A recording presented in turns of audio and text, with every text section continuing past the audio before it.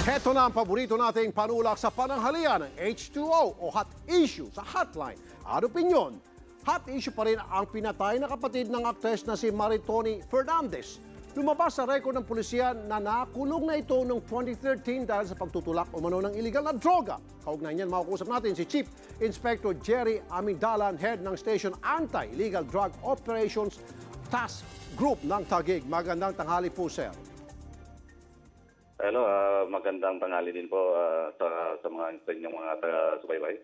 Okay, so sir, kailan po nahuli ulit ito pong kapatid po ni Maritoni Fernandez na si Mayungan? 3 years ago po yun. Nahuli namin siya ng February 18, 2013. Okay. Nagkandak po. Sige po, go ahead po. Bali ho, nagkandak kami ng bypass operation noon. Isang bahay doon. Kasi allegedly maraming mga nagpapark doon. Marami daw, actually may mga artista pa daw. Kaya naging pumutok yung lugar at yun, inoperate po namin. Ang subject po namin doon ay si Joanna Tinga. Member siya ng Tinga Tagsindig na naka-base sa Barangay Ususan, Taguig City. Okay, so hindi ho talaga si Mayungan ang inyo pong target. Na-chance nyo lang po na nandoon siya at that time nung mag-raid kayo? Opo. Nung nagkakanak po kami ng bypass, yung kapusher buyer natin, nung pumasok po siya doon, andun, birthday party pala ni Joanna Tinga, kaya ang dami niyang mga guests, ang dami niyang bisita, andun na nga si Moinhan, Rocha pa ang pakilala niya doon eh. Aurora Rocha, middle name niya yung Moinhan. Okay. Tapos with 7 others. Okay. So ang naikaso po natin ito sa kanila noon dahil may party, drug use while during party. So mga section 13 at saka 14 ang naikaso natin sa kanya. Pero bailable naman po to. Okay. Ano po yung mga nahuli sa kanila at that time nung magkanda kayo ng raid at na mahuli po yung grupo, sir? Marami po. May ecstasy, may marijuana at saka shabu. Halo-halo po nun. And then lahat ng mga paraphernalias andun na rin. Okay.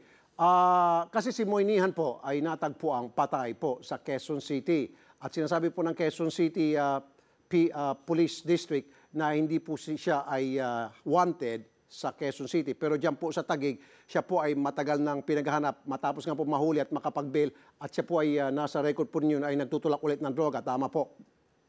Opo, tama po yan. Okay.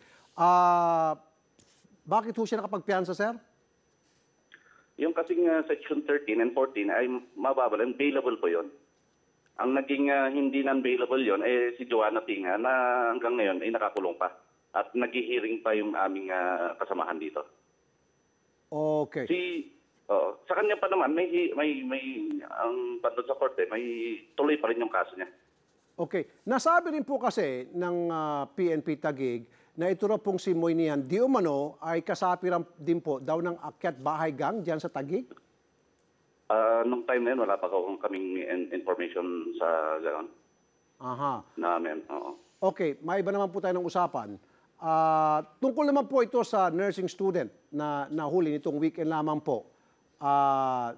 Diyan po sa Taguig na nagtutulak po ng party drugs. Ano po?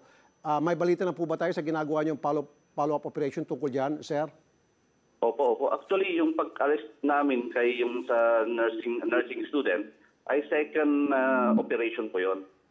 So may nauna pong operation na nahuli doon sa may bars doon sa BGC. So nag-follow up kami, meron ito, kaya nahuli namin itong nursing. Then after nung pagkahuli namin sa nursing student, na follow up namin yung dalawang nagdi-deliver sa kanya. So nag-deliver yung tao sa kanya using yung phone niya, tinansaction namin. So nakapagbigay ng 21 sachet. Okay. Tapos after nun naman, nagkaroon ulit ng operation na yung nahuli sa Makati. Delivery din.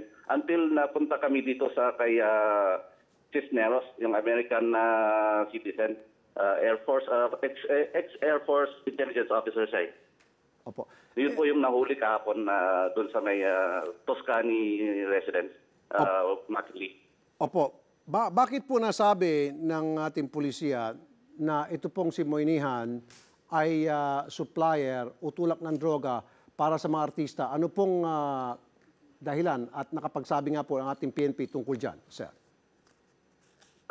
Hindi ko po alam yung mga bagay. Kasi yung time pa nung kami yung nag-operate sa kanya, ay kwan lang siya. Kumbaga nataon na siya lagi ang nagiging customer nung target namin na si Joanna Tinga. Sino po si Joanna Tinga ulit, sir? Yun po yung member ng Tinga Drug Syndicate nung time ng 2013 na yun. Notorious sa Barangay Ususan, Taguig City. Okay.